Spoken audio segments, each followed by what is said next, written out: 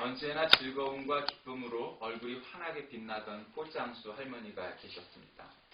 단골 손님이 할머니에게 물어봅니다. 아니 그렇게 언제나 즐거워하시는 얼굴을 보면 할머니는 전혀 걱정 근심이 없으신가 봐요.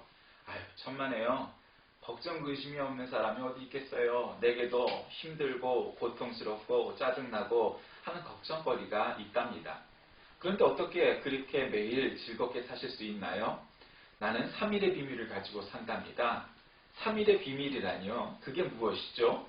3일의 비밀이란 문제가 생길 때마다 하나님께 그 문제를 해결하시도록 맡겨버리고 조용히 기다리는 3일을 말합니다.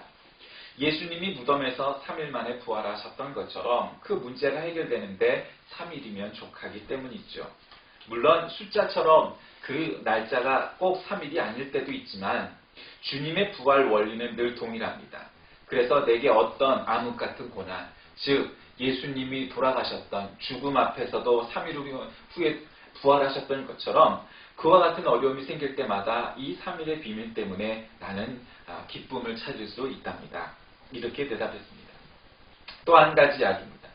1884년 갑신정변이 일어난 조선은 참 불안하고 혼란스러운 시기였습니다. 당시 국제사회는 조선을 소망 없는 은둔의 땅으로 여겼습니다. 그러나 그러한 황무지이기 때문에 더욱 복음이 증거되어야 했다고 믿었던 미국의 젊은 선교사들이 있었습니다. 바로 언더우드와 아펜젤러였습니다. 그들은 순교의 각오로 파송을 자원하여 1885년 4월 5일, 오늘 날짜가 똑같죠? 부활절 거센 풍랑을 헤치고 인천의 제물포항에 도착합니다. 이 나라에 처음으로 복음이 들어오는 감격스러운 순간이었습니다. 그렇게 부활절날 언더우드와 아펜젤러는 조선 땅을 밟았고 황무지에 복음이 들어온 순간입니다. 아펜젤러가 본국에 보낸 첫 선교 보고서에서 이 나라의 감동을 이렇게 말했습니다. 우리는 부활절에 이곳에 왔습니다. 그날 사망의 철창을 쳐부수고 부활하신 주님께서 조선의 결박을 끊어주시고 하나님의 자녀로 빛과 자유의 세계로 인도해 주시기를 기도했습니다. 라고 말합니다. 오늘날 많은 수의 사람들은 소위 과학적 근거를 빙자해서 육신의 몸으로의 부활을 부정하는 사람들이 있습니다. 하나님의 권능을 무시함입니다. 아니면 이들은 육신을 죄의 근원이나 토양으로 간주하기에 마치 예수님께서 부활하신 것은 육체가 아닌 영혼의 부활이라고 주장을 하는 경우도 있습니다. 그러나 육신으로의 부활은 육신과 뼈를 지니신 그리스도의 부활체 혹은 완성체로서 이미 보증이 되었습니다. 우리가 너무도 잘 알듯이 의심 많은 제자가 예수님 앞에 증거를 보여주십시오 했을 때 이 상처난 못자국난 손을 보여주셨기 때문입니다.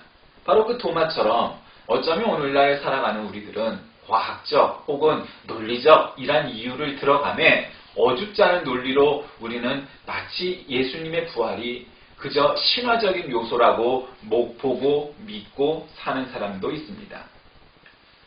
그러나 사도행전 1장 11절에 분명히 나타나 있듯이 예수님께서는 승천하실 때 자기의 육신을 버리지 않으셨고 빌립보 3장 21절, 요한계시록 1장 17절에서도 예수님은 육신으로 부활하시고 또 승천하셨다는 근거를 분명히 성경은 우리에게 증거합니다. 오늘날 많은 사람들이 예수의 부활을 부정합니다. 예수 그리스도의 진짜 문자적인 부활, 즉 자기의 살과 뼈를 가진 자신의 몸으로 빈 무덤에서 일어나신 성경의 증언을 부인합니다. 특별히 육신, 그것의 부활은 20세기 와서 자연과학 혹은 생물학과 맞지 않는다고 생각하는 사람도 있고 혹은 일부 자유주의 신학도 복음서에 기록된 몸의 부활 신앙에 대해서 설명해야 한다는 사실만을 잘 건드리지 않으려고 합니다. 불트만 학파에서는 부활을 재해석하는데 이견에 따르면 부활의 주된 중요성이 역사보다 믿음에 있어서의 한 요인이라는 데 있으므로 부활의 사실은 더 이상 의미가 없게 된다고 보기도 합니다. 이러한 점을 강조하다 보면 결과적으로 예수님의 육신의 부활을 묵인 혹은 부인 또는 그것을 인정하지 않으려는 입장으로 가기 쉽습니다. 예수님의 부활체는 육신으로 된 진짜 몸이므로 예수의 부활체를 영적으로 해석하려는 일장의 그런 모든 시도들은 사실은 성경적인 근거와는 거리가 있습니다. 예수님의 부활체는 육신으로 된 진짜 몸이었습니다. 우리 사람과 똑같은 몸 말입니다. 동시에 영화롭게 된 몸입니다. 예수님의 부활체가 죽을 때 지니고 있던 몸과 같은 것이었으면 친히 제자들에게 손과 발과 옆구리를 내보이셨다는 데서도 그 증거를 알 수 있습니다. 또 다른 신비적 요인은 종종 예수님을 첫눈에 알아보지 못했다 하는 점입니다. 어떤 이는 의심하더라 이렇게 성경은 기록했는데 예수님의 신원에 대한 의심으로 보아야 합니다. 막달라 마리아는 예수를 동산지기로 또 그의 음성도 알아보지 못했습니다. 엠마오 앞의 제자들도 또 마찬가지입니다. 예수님께서 친히 이런 혼란을 조성했을지는 우리는 알 수 없습니다. 그러나 부활체의 변화가 이렇게 했을 가능성은 충분히 있습니다. 왜냐하면 사람들은 예수님은 이미 십자가에 달려서 돌아가셨다는 명백한 사실을 알고 있었기에 그 당시에는 어느 누구도 사람이 부활한다는 사실을 깨닫거나 인지하지 못했으니까 이것은 어떤 환상이거나 혹은 다른 사람 일현이겠지 설마 그분이라고는 아무도 여기지 못했던 겁니다. 기적적인 승천 사건과 더불어 이 모든 신비롭고 기적적인 요인들을 통틀어 보면 예수님의 몸은 살과 뼈를 지니고 있었으나 이제는 영화롭게 된 조건 속에 있고 시공의 법칙에 무관하게 활동할 수 있었음을 우리는 깨닫게 됩니다. 그의 몸을 바울은 영체라고 말한 바 있습니다. 그리고 이것은 신도들의 부활체의 형태이기도 합니다. 여기서 영적이라는 말은 영적 해석을 따르는 사람들이 생각하는 어떤 것 혹은 신비한 어떤 것 우리가 영화나 드라마에서 보는 것처럼 어떤 연기와 바람처럼 하는 어떤 그런 비물질적인 의미에 있어서의 영적이란 말이 아니라 바울의 용법에 따르면 영적이라는 말은 언제나 성령의 통제를 받는 것입니다. 그것이 귀신이나 바람처럼 그렇게 움직여서가 영적인 의미가 아니고 기계적인 혹은 물리적인 육신을 갖고 있는 우리도 충분히 영적으로 변화될 수 있고 그 영적이라는 단어를 쓸 수 있는 상태에 놓여져 있다는 것입니다. 따라서 영적이라는 말은 언제나 성령의 통제 가운데 있고 영체란 하나님의 영이 원하는 것을 행할 수 있을 때 영체가 되는 것입니다. 영체는 무한히 성령의 조정을 받는 거고 그럼에 따라서 주님의 불멸하는 영화로운 부르의 혹은 승리에 찬 몸이 바로 영체인 것입니다. 과학적인 혹은 물리적인 상태로는 여전히 살과 뼈가 그대로 있지만 하나님의 인치심을 받고 영체가 되고 영적으로 변화된 몸, 즉 우리가 따진다면 세례를 받고 또 성령 세례를 받고 하는 이와 같은 일들이 우리를 이전의 몸과 똑같은 상태에 놓여져 있는 우리 또 이전의 영혼과 똑같은 것 같지만 결국 하나님께서 변화시키신다는 것입니다. 우리가 잘 아는 것처럼 우리 기독교에는 두 가지의 중요한 행사가 있습니다. 하나는 세례고 두 번째는 성만찬입니다. 그런데 그 성만찬을 이해하는 네 가지 큰 의견이 있습니다. 하나는 카톨릭에서처럼 축성을 하면, 즉 축복을 하면 그 포도주와 빵이 예수님의 피와 살로 변화된다 하는 화채설 같은 것이 있고 또 칼빈의 영적 임재설이라고 해서 그것이 변하는 게 아니라 그것은 포도주와 빵이지만 그러나 거기에 영이 임해서 영적으로 변한다고 하는 우리 기독교의 많은 수가 믿고 있는 바로 그런 영적 임재설입니다. 그리고 또 루터의 공제설이 있습니다. 그것은 육신이기도 하고 빵이기도 하고 예수님의 피이기도 하고 포도주이기도 하는 동시에 존재한다라는 의미의 공제설이 바로 루터의 학파입니다. 물론 이제 쯔빙글리는 또 기념설을 얘기하죠. 그러니까 우리가 예수님이 하셨던 것처럼 우리가 그것을 기념하는 것이지 어떤 그렇게 해서 포도주가 피가 되고 빵이 저거 되는 건 아니다라는 것입니다. 어떤 것이든지 우리가 세례를 받고 또 성만찬을 하는 것은 우리 프로테스탄트 교회에서 유의하게 인정하는 두 가지의 큰 일들입니다. 왜 그렇겠습니까?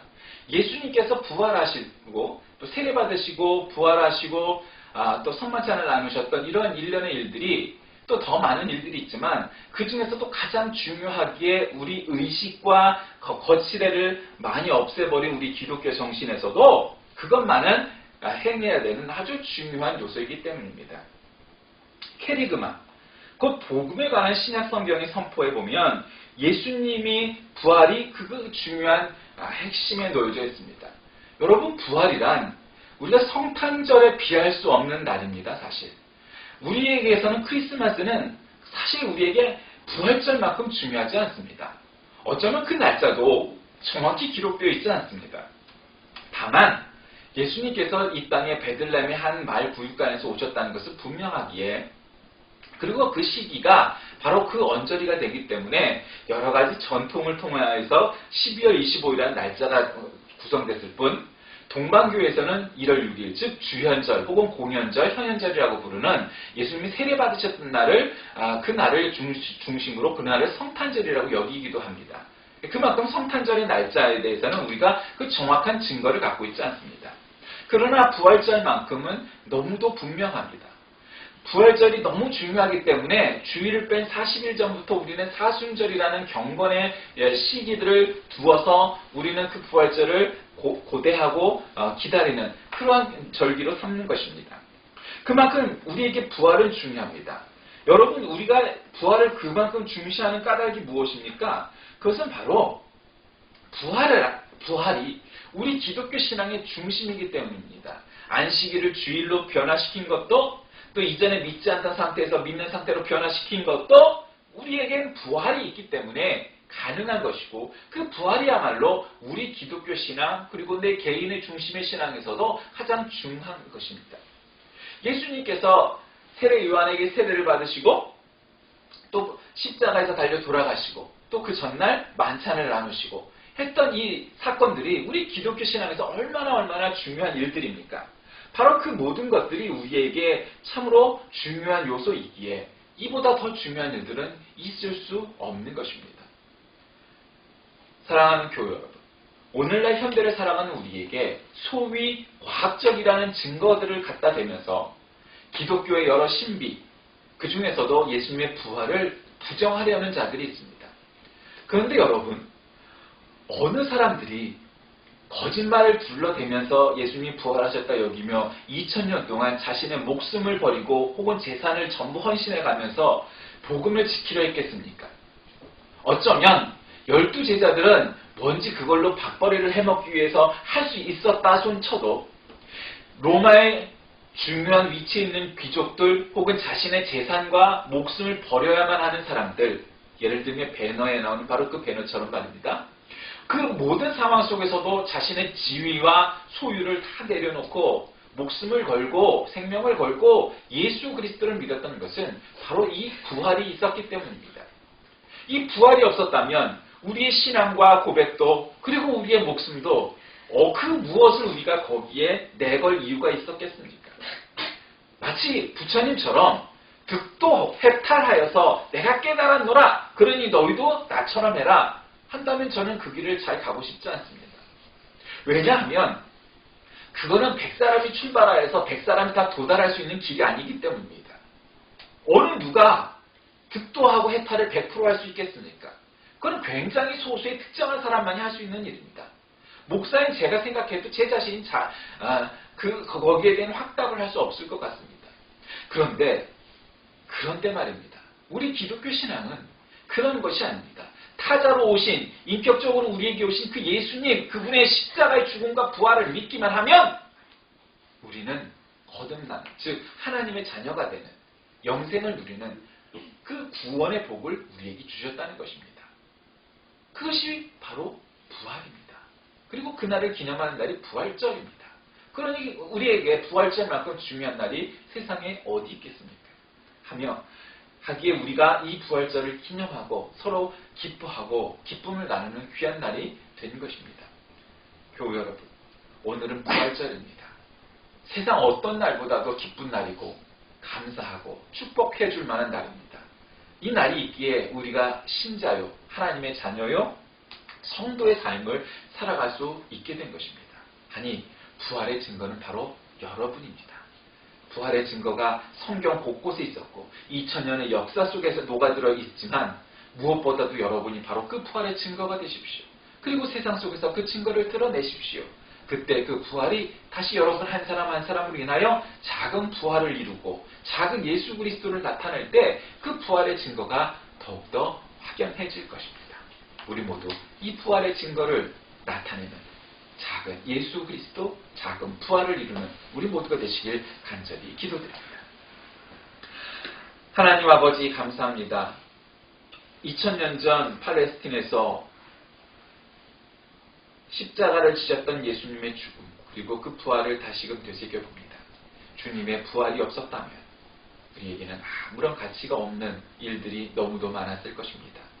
오늘날 우리가 당하는 고난과 또 믿음의 도전들이 예수 그리스도께서 부활하셨기에 바로 그 모든 것들이 우리에게 의미가 있어짐을 고백하오니 우리의 삶 속에서 우리가 이 세상 살아가는 동안 오직 이 부활의 승리의 능력이 우리와 함께하사 어떠한 속에서도 포기하지 아니하고 부활의 승리를 맛보신 우리 주님처럼 우리도 승리케 하여 주옵소서. 예수 그리스도의 이름으로 간절히 기도드립니다. 아멘.